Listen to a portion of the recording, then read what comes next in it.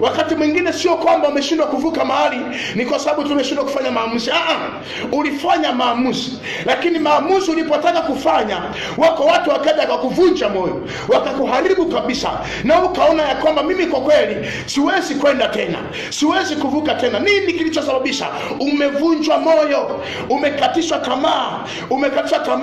Wako watu wengine ambao ni wepesi kuhukumu kwenye maisha yao. Wako wengine ni wepesi kuhukumu, anakuhukumu tu ya kwamba wewe ni mwenye dhambi, wewe huwezi kwenda mahali. Hata Yesu anawataka wale watakatifu, anawataka watakatifu waliotokea wapi?